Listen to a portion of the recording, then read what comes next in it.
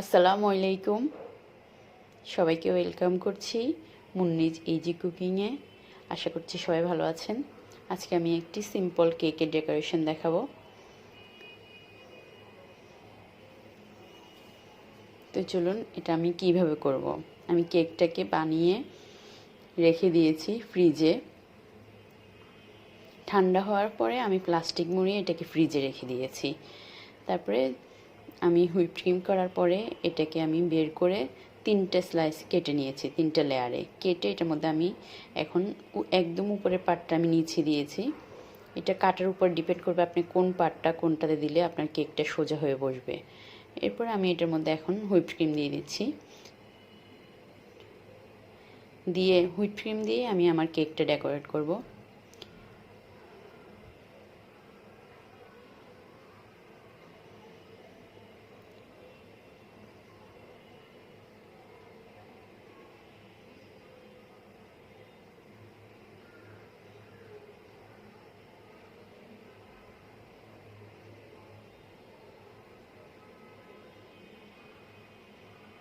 এভাবে 3টে লেয়ার আমি একসাথে লাগিয়ে নিব।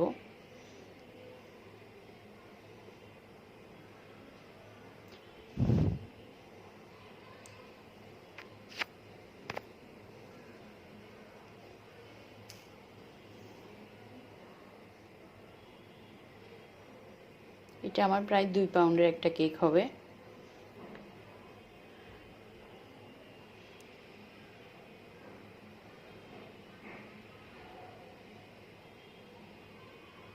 পুরো কেকটাকে আমি কভার করে দিচ্ছি হুইপ ক্রিম দিয়ে।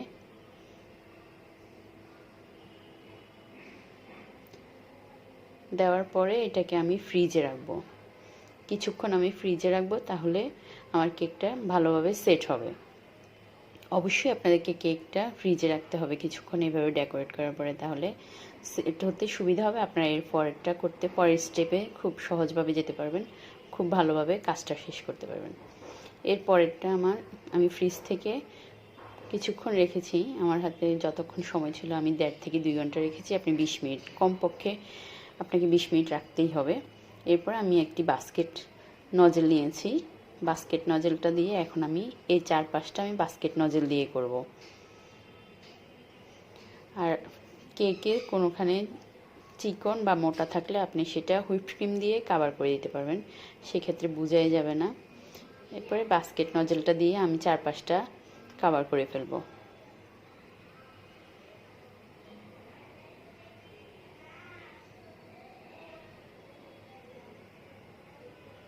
একটু খেয়াল করলে দেখুন, আপনারা খুব ইজিলি এটা পারবেন।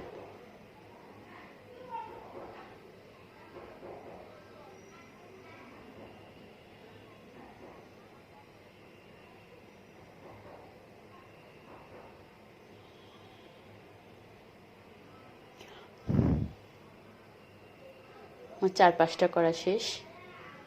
তারপর উপরে আমি বড় একটা স্টার নজেল দিয়েছি। আমি 1M নজেল, এই নজেলটা দিয়ে আমি চারপাশটা গোলাপ দিয়ে দিচ্ছি। আর গোলাপগুলোকে আমি সাদা এবং একটু সবুজ দিয়ে শেড করে দিয়েছি। সাদার সাথে একটু সবুজ কালারটা দিয়েছি যাতে একটু শেড শেড লাগে। এরপরে চারপাশে আমি একটু হালকা একটু নজেলটা দিয়ে একটু বসিয়ে বসিয়ে দিচ্ছি, একটু ভরাট করে দিচ্ছি। আশা করি আপনারা ডিজাইনটা বুঝতে পারছেন।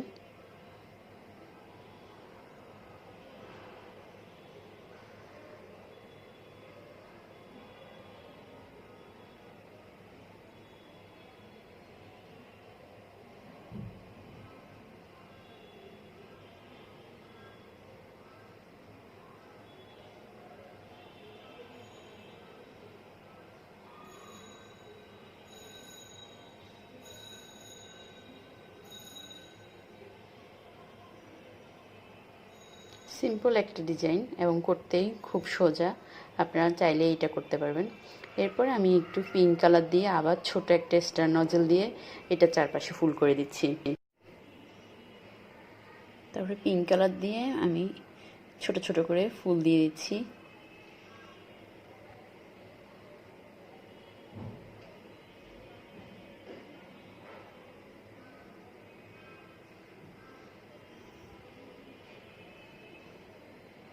এবারে যে জায়গাগুলো খালি থাকবে ওইগুলোর মধ্যে আমি ভরাট করে দিচ্ছি ছোট ছোট দিয়ে, একটু চাপ দিয়ে একটু স্পেস দিলেই হয়ে যাবে।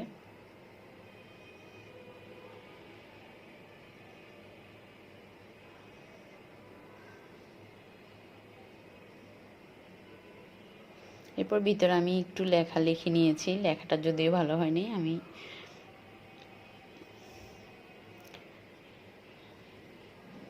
এরপরে আমি পাশে একটু বর্ডার দিয়ে দিচ্ছি, যেহেতু হাতে একটু ক্রিম ছিল এই জন্য আমি এটা দিয়ে এটাকে ভরাট করে দিয়েছি।